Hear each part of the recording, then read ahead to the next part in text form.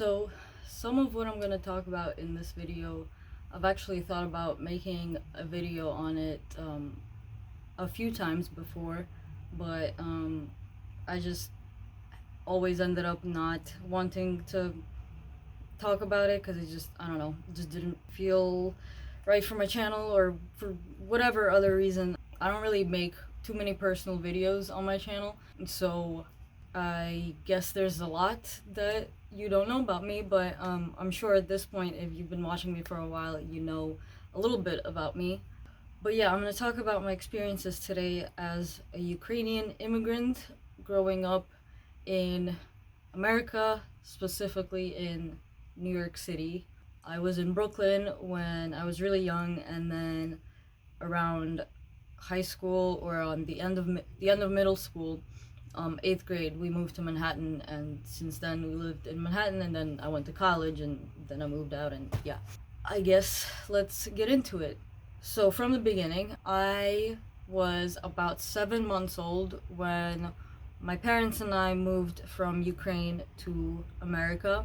So obviously I was too young to remember that whole process. Physically I was there, but I do not remember any of it. So yeah, and we moved here, we were able to move here because my grandparents moved here first, and that was my mom's dad, my grandpa, and his wife. So she was my mom's stepmom, so she's technically my step-grandmother, but she's always been like the only grandmother I have, so she's just my grandma.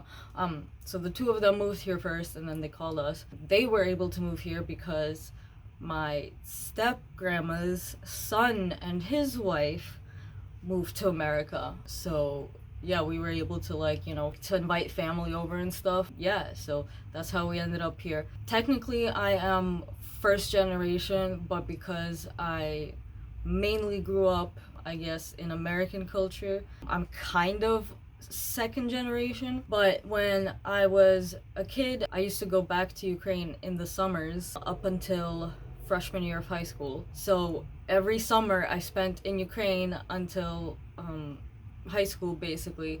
So I didn't really spend a lot of time hanging out with like the kids, because, you know, you do most of that in the summer. You like hang out with your friends and, you know, who you want to see outside of school and stuff. But I didn't have that. My summers were in Ukraine, so I didn't really get to be close to anyone like in my grade. That is, I guess, a part of it, but the other part is going to be about the school that I went to, which that is actually one of the things that I wanted to make a video about specifically. But since this fits into the story, I'll just talk about it here. I kind of had the experience of both sides growing up, because I kind of grew up between Ukraine and Russia. I meant to say Ukraine and America, not Russia. I did not go to Russia.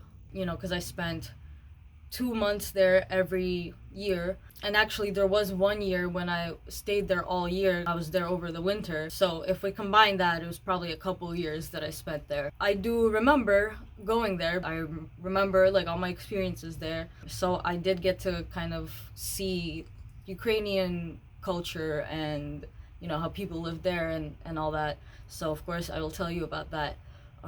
But first, let me start with that school. So like I said, I grew up in Brooklyn when I was a kid, and I went to a school there. It was a Russian private school in Brooklyn, and I went there from like pre-K or kindergarten until 7th grade, and then in 8th grade, like I said, we moved to Manhattan, and I had to go to a whole other school. I was actually a week late to school then, so that was fun. New kid in school, last year of middle school. But the funny thing is, I ended up liking that one school that I went to in middle school, which was an American public school, which my parents would always say, oh, public schools are so bad. I ended up liking going to that school way more than I did going to this stupid Russian private school. The private school was called Bambi Academy, or Big Apple Academy. Some of you watching this video might recognize it. If you grew up in Brooklyn, you'll know about the school, I'm sure. Otherwise, if you didn't grow up in New York, you probably don't know about it. But you can look it up, you can Google it. So basically, it's a school it's owned by like this Russian family, and it was like this one guy was the principal, and then I think his son was the principal afterwards. It was a Russian school essentially.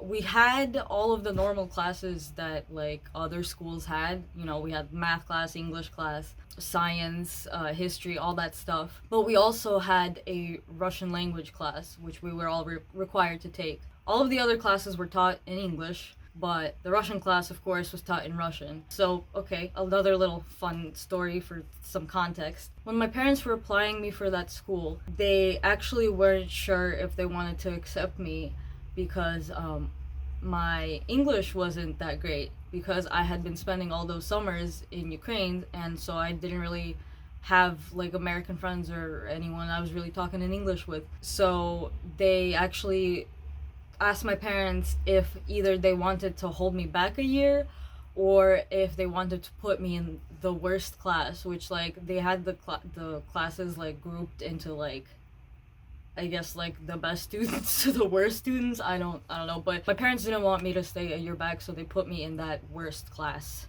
Yeah, and I was in that class for, I guess, the entire time I was there. I could have technically moved up to the better classes. I ultimately decided not to do that because, I don't know, I guess partly because I was used to the class, also I knew the kids. Also because the kids in the other classes seemed a little bit more snobby. But anyway, so yeah, essentially it was like an American school but full of Russian kids. So I was in that school for like 8 years. My experience there with the students was not very pleasant. So, okay, right now, there's only one person that I'm like still actively friends with from that school, and we actually didn't talk or hang out or anything for a while. We like recently reconnected, but other than her, I don't keep in touch with anyone from the school. I have a couple people on like social media, but we don't really interact. So that kind of tells you a little bit about my relationship with that school. I had like a handful of friends there that I can think of, like my entire 7 years there, like people that I would actually hang out with. The kids there were really mean. They were really materialistic. It mattered a lot where your clothes were from and like how expensive they were and just like stupid shit like that. But it was crazy because it was the kids, you know, doing this, saying this, like upholding this kind of culture, because this is something that is a part of Russian culture that I've noticed, is this I'm better than you mentality, and very judgmental, especially for women, very sexist. There was a lot of things that I'm sure now I would point out or notice and I would say like that was sexist, but back then like it was a lot more subtle because I was in it, I was around it, that was all I knew. And so there was actually a lot of things that I learned from that school that I had to unlearn when I eventually went to a public school and realized other people aren't like that. Other kids aren't like that. So if it wasn't already obvious, I got bullied in that school. Any kids that were like outcasts in any kind of way got bullied. There was kind of like a cliquey popular thing going on, which there was like 1 or 2 girls that I was like kind of friends with that were in that, but I never like belonged to that whole situation. Also because, like I said, I was put in that worst class, and by the last like 3 years or 2 years that I was there, I had the highest average in the class. So I was known in the class as like the geek, the nerd, the brainiac, whatever, which to me was really funny because like literally all I did was I did my homework. And I've always felt like they were too lazy to do their homework. So many of them would just show up to class and just be like, hey, can I copy you? I'm like, what were you doing? And they'd respond like, oh, I was playing video games. I'd be like, fuck off. Like, no. I mean, I didn't curse back then, obviously, but yeah. A lot of the kids would always try to copy off of me, and it pissed me off. But at the time, I might seem outspoken now, but at the time I really was not. I'm actually an introvert, and I was very shy growing up, and there was a lot of times that I like couldn't stand up for myself. But there were also times when eventually all of the little things would pile up, and my brain at the time didn't know how to deal with all of it, so I would just kind of like steep in the anger, and eventually I would like blow up and like do something like there was this girl, I don't know why she did this, but she like was like pulling up my skirt or something like that. I don't know, just like doing something weird, and I got really pissed off and I pushed her, and there was like a trash can behind her and she almost fell into the trash can. And honestly, that is like one of my favorite stories to tell still, because I was so proud of myself that day. But it wasn't often when I would say something or do something back. I would just take it and not say anything and just try to ignore it, or because I was shy, I was obviously really quiet, so there was a lot of times when I just been by myself and, you know, just sitting in my desk and drawing. Did a lot of drawing back then. That was another thing that I was, I guess, known for in the class. There was me and like one or two other students who would always draw. We would draw a lot, and so we were known as like the artists. They'd always try to come to me for like help with homework or classwork or whatever.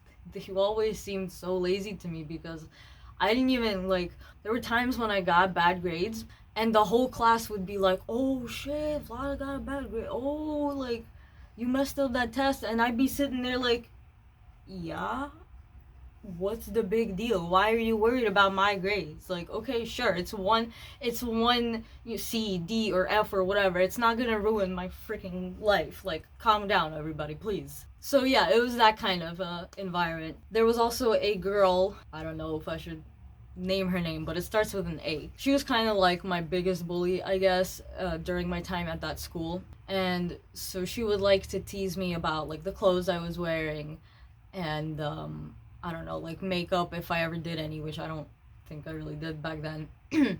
But she was actually bullied a little bit too, because she had dark hair and she had kind of like hairy arms, and the like other kids would make fun of her for it. So I remember one day she came to school and she was showing off her arms. They were bare, and she was like, oh look, my mom let me wax. It was like such a big deal. But that's another little example of like how ingrained the whole like I need to look a certain way, I need to be a certain way thing is in that culture. Oh, here's actually a story. There was this one pair of pants that my mom for some reason really liked and made me wear. So when I was really young, my mom would dress me, obviously, but then as I got older, I started picking out my own clothes, and I mean, you can see my fashion now. It changes all the time, but anyway, so these pants, they were like corduroy fabric or something, and they were striped pants, like vertical stripes, and they were like different colors. There was like, I don't know, blue, red, beige, or yellow, something like that. I absolutely despised those pants, and I hated wearing them. And I would get made fun of for wearing the pants. But honestly, when that happened, I couldn't even be mad, because I'm like, honestly, I don't like them either. But yeah, I would get made fun of for wearing freaking striped pants to school.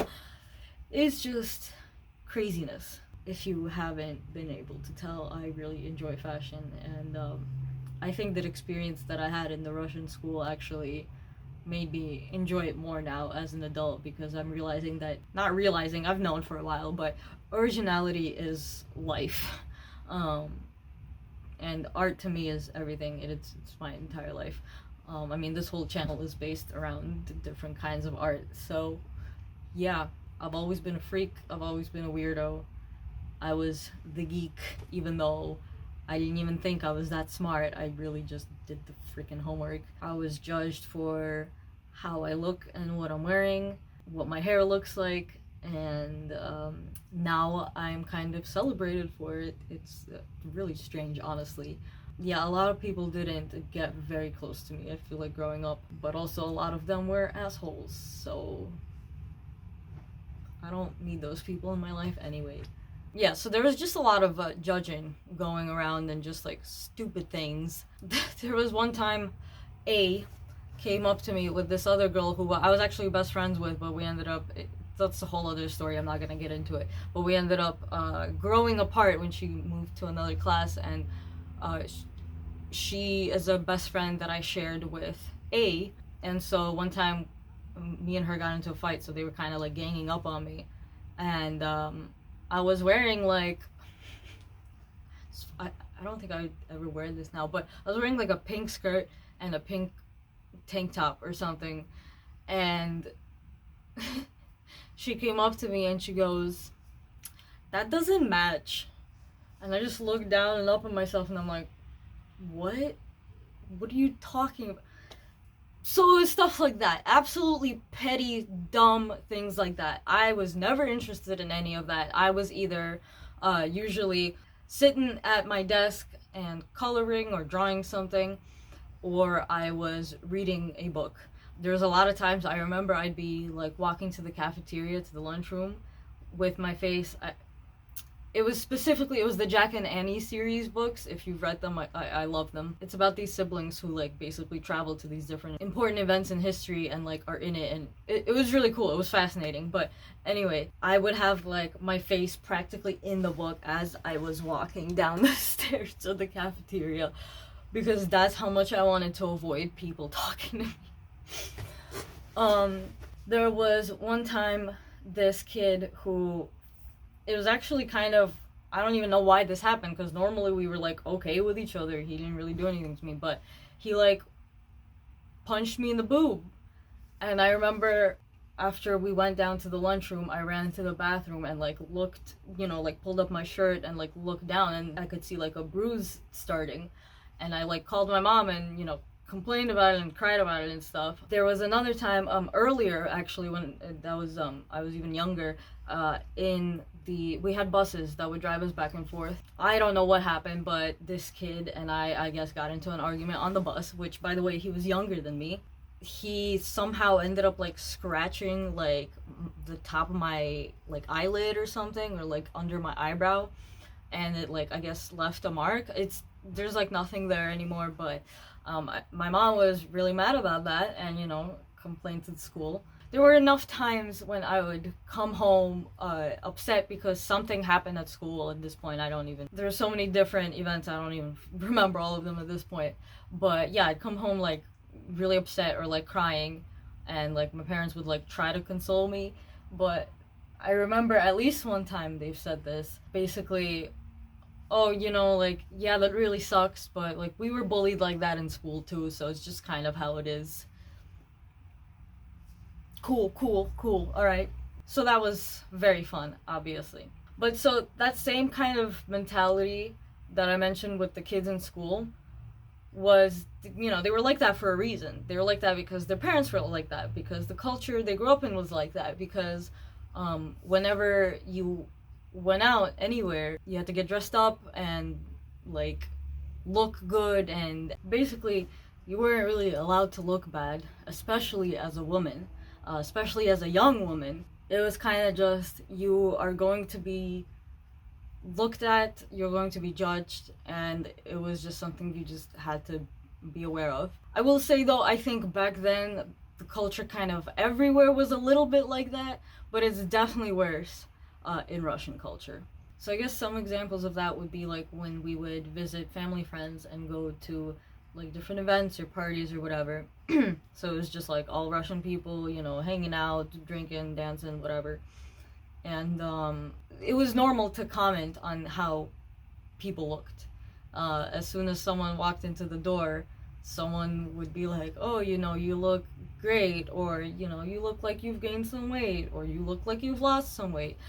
For me, obviously, I am a small person, and I've always been like that my entire life, and people always love to remind me of that in one way or another. But I would notice growing up that every time I came back home, that someone would always comment on my weight and how skinny I was.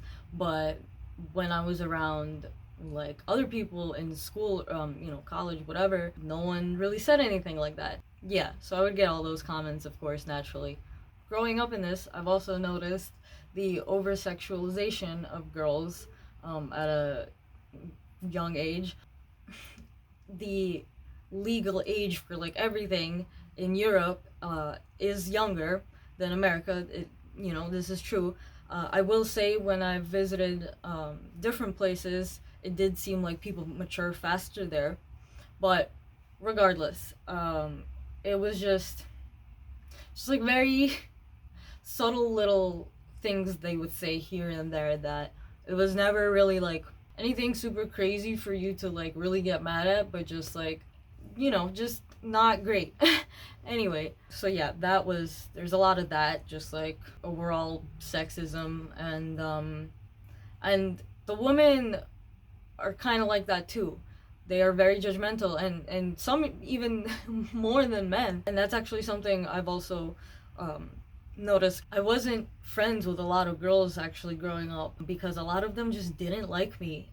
I never knew why. Some girls would just like see me, look at me, and just decide they don't like me for whatever reason. I know, like, as I got older, like, I started looking a little bit more intimidating, and like I do have like resting bitch face, so like I know about that.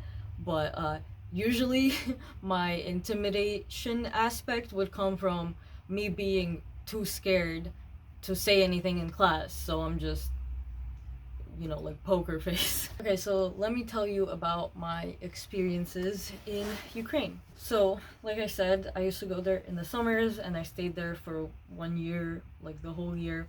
And I honestly don't remember very much of that. The only thing I remember really is sledding there, which I guess that was the only time I would have done it, because I've never been there in the winter otherwise, so it was a pretty memorable moment, I guess. But when there was snow and there was like little hills, we were small enough that they had like a little sled for us that we could just like go on one of the hills like on their property and slide off of it, and I remember that was really fun. So the people that I lived with and visited when I went there were actually my mom's family friends, I guess, or specifically it was my mom had a friend that she met in Ukraine, and they kept being friends. They have been like best friends, and so her friend also had a daughter a little bit after my mom had me, so we're very close in age, and so we like grew up together pretty much. I've known her my entire life, and I would spend my summers hanging out with her. We actually did not like each other as kids.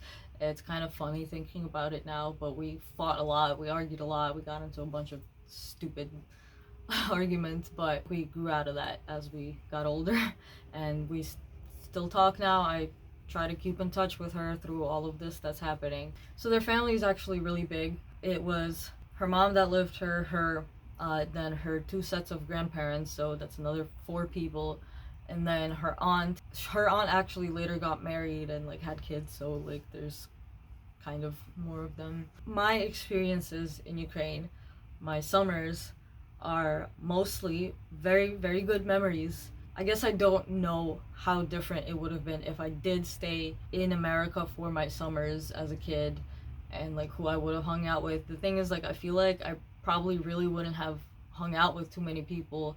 I probably would have stayed inside a lot more. But in Ukraine, it was like nature everywhere, which, if you don't know that, I really love nature. I love being in the woods and plants, everything nature related. So it was like, I loved it. It was beautiful, it was gorgeous, it was like, I don't know, it was just really nice, even if there wasn't really anything to do, you could just be outside and just, I don't know, daydream or something. When she and I would hang out, we would, just play. We would play a lot of card games, and this is kind of funny, but her family actually didn't like that because they compared it to like gambling, but we weren't gambling, we were just playing card games. Find different games to play. We'd play pretend a lot.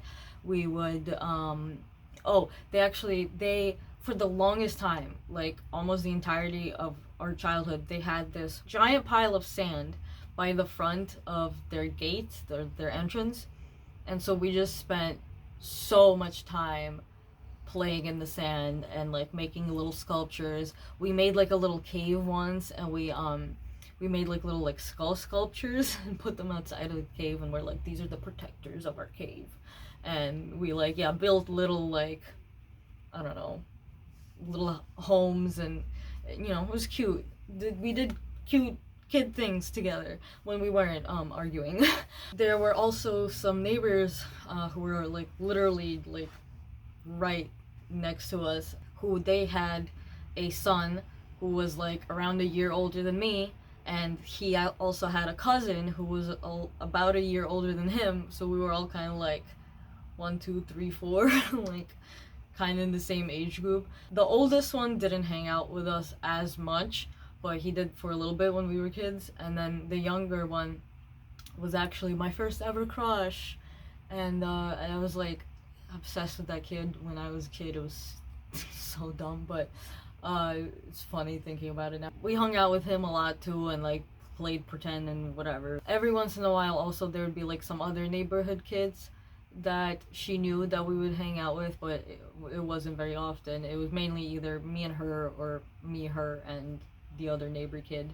So also the way their property was set up, I guess let me give you some more context, was it's pretty big property. They have 2 houses that are like connected kind of like by a little trail and they have a gate in the front. So it was kind of like rural suburban, I guess. All of the neighbors had like gated properties, gated entrances basically, and like in between that there was like the main like roads that you would go between.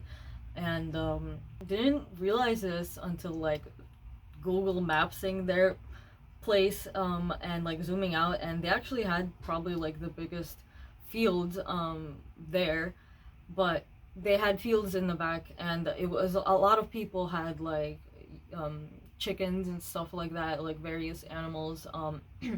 When I was really young, they actually had pigs that they would keep and grow.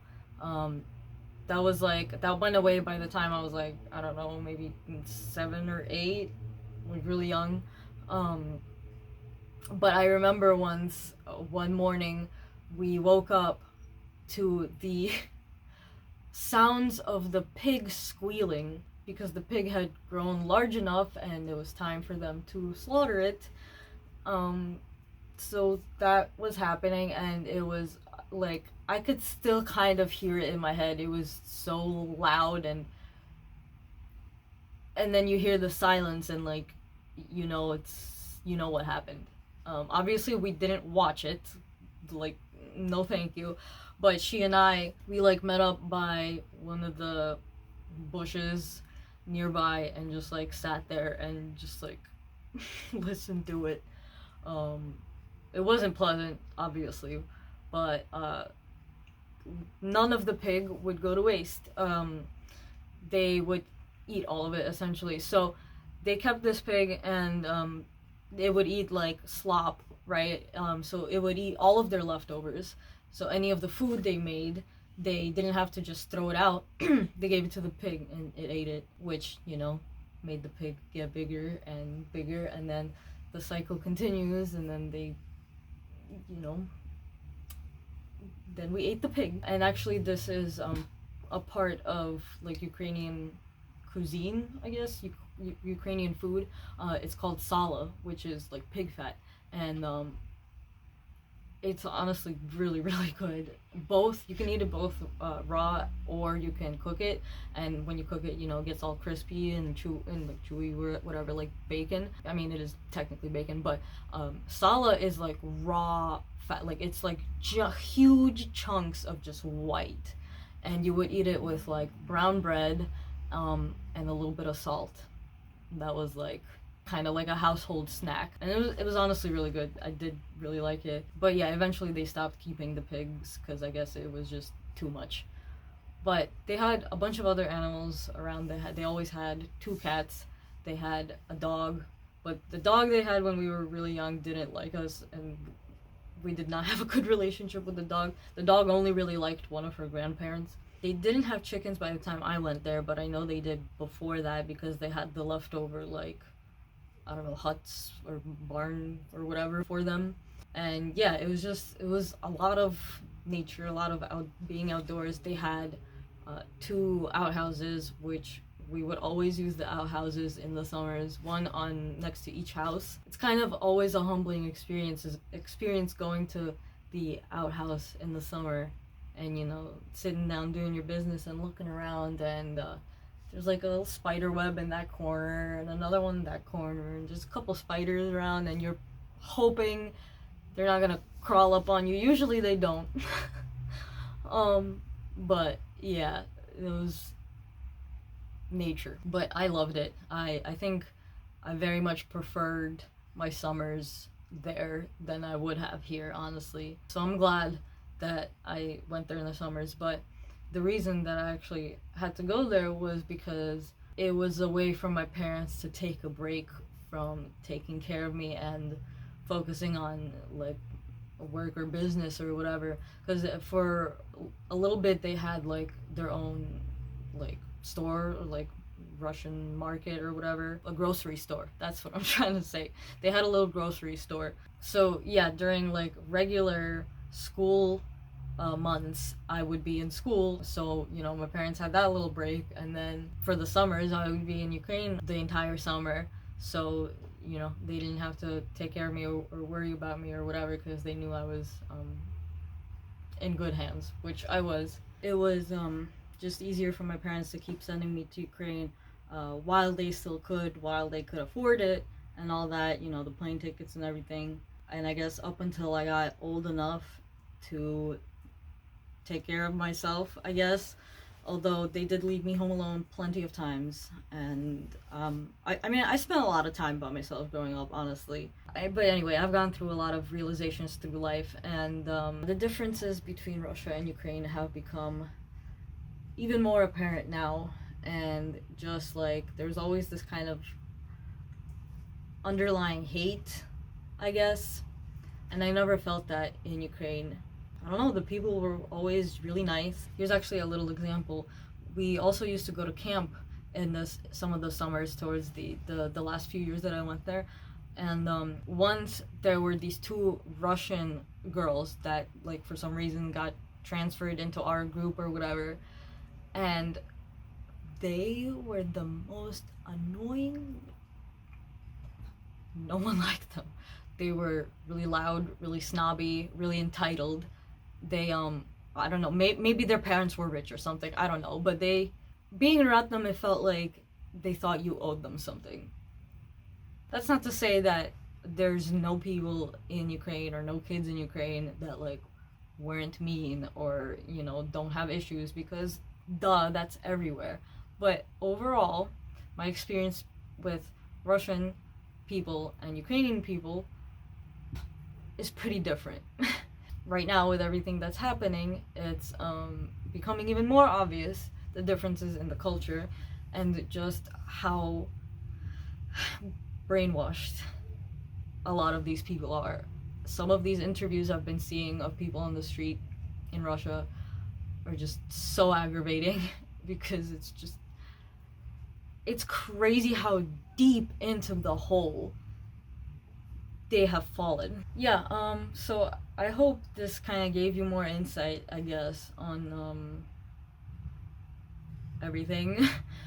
Kind of how the hate that is there now has been brewing for a while, and the people have been getting blasted with propaganda for a while. My parents watched the same Russian news channel that they've watched my entire life. I remember they would turn it on in the morning, it would be the first thing they would listen to, and the last thing they would listen to at night. They had it playing before they went to bed, Russian news.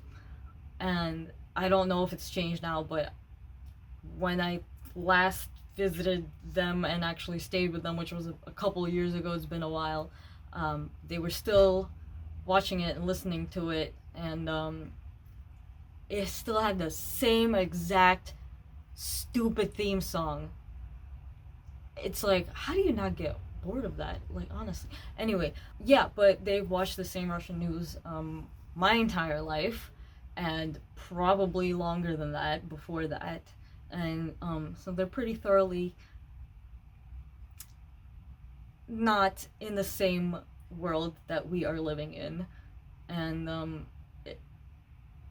if you think that nothing's really happening, why would you look for more info, I guess, or anything else that would prove you wrong, you know? So that's where that side of things is right now. I wasn't really talking to my parents much before, and I'm not much talking to them now, even more. So also a little bit of background on who my parents are. My dad is Russian. He was born in Russia, he grew up in Russia, and I'm pretty sure he went to school in Ukraine. My mom was born in Ukraine, grew up in Ukraine, and she is actually also Jewish. So if you're Jewish, it goes by your mom, then you're Jewish, so I'm Jewish, but also my dad is Russian Orthodox, and there it goes by your dad, so technically I'm also that, so I'm both. Also, I was baptized when I was a kid, so I do have a cross, and I actually did wear it for a little bit. But the thing is, like, we were never super religious, so it was never, like, religion was never a big part of my life, and honestly, I'm kind of glad about that. But when we did go to church, it was, like, either for someone else's baptism, and actually in Ukraine, they were a little bit religious too, and they had some like holidays we would go to, but it was always honestly really fun because you would like get sprayed with like the holy water, and they would bake these big cakes, and you know that would get sprayed with holy water too, and like they had like fruits and stuff there, and then like you would get to eat it, and I mean it was good, and like we had the whole like they give you like the piece of bread and like a sip of wine or whatever. I experienced that too, so I have like a little bit, honestly I should make a whole other video about my experiences with religion. My entire life my mom had always reminded me how bad World War II was and how bad the Holocaust was, and that our family is small because of it, because a lot of them died then. And to me, everything that's been happening both now and in America the last few years is just so blatantly obvious, all the nationalism, and she doesn't see it. Completely blind to it. How are you Jewish, honestly? And an immigrant. What? We're not gonna talk about it, but I just needed to mention that. You know how I've been sharing all of these links to donate to Ukraine and all of that? So she texted me a couple times, kind of like implying that the links are like fake or something, because she would say stuff like, we can't trust even like the most reliable sources because we don't really know where the money is going. And I'm just like, first of all, that's why you make sure that they're reliable and you do your research. She would tell me, oh, you know, instead you should save this money for our friends and family, and send it to them directly after all of this, because right now you can't send them anything because banks are, you know, it's all messed up there. So we can't send them money right now anyway. So I don't understand why I'm supposed to only help the people I know instead of helping all of the other, or trying to help all of the other citizens in Ukraine. What's the logic? Why am I only allowed to help this group of people, but not everyone else who's suffering, even though we're all from the same place? We were born in the same place. Which, by the way, the place I would visit when I was a kid, and also where I was born, is Kyiv. And that is currently where my friend and her family are. So they're very close to everything that's happening. My parents would rather just live in ignorance and think that everything is not as bad. Or honestly, I don't even know what they're thinking. But they're not helping, that's for sure. Yeah, super long video. Thank you for watching. If you've gotten this far, I hope this was interesting. I hope you learned something. And I hope all this craziness and this straight up genocide ends soon. Let me know what you thought about all of this. If you are also Ukrainian or a Ukrainian-American immigrant, let me know if you've shared any of these experiences. Let me know if there is anything you wanted me to go more into depth on. I could make other videos about it. There are definitely more things I can say, but it would be too much. I can mention more about my experiences in Ukraine, going there in the summers. like going to the camps, or I can mention more about, you know, my experiences in school, my experiences with different religions and the religions in my life, and just, yeah, let me know if there's anything else you want to know about. I'll be honest, I probably won't do too many videos or say too much more about my relationship with my parents. I've always kind of slightly mentioned it before, but never really went into detail. But I mentioned in one of the other videos that I'll be making a Patreon, so I think I will talk more about that on there, and you can ask me more about it on there. But again, I will let you know when all of that's set up. It is not yet, but hopefully it will be soon, and yeah, we can have a more I don't know, close-knit community on Patreon. That's what it's for. But yeah, I will be doing, you know, all kinds of art videos and all that. Again, I promise you, I will probably do one next week. But yeah, I needed to make this video, both for myself and potentially for anyone else who might find this interesting or revealing in any kind of way. I'm gonna go now. Thanks again, and hopefully I see you on the next video.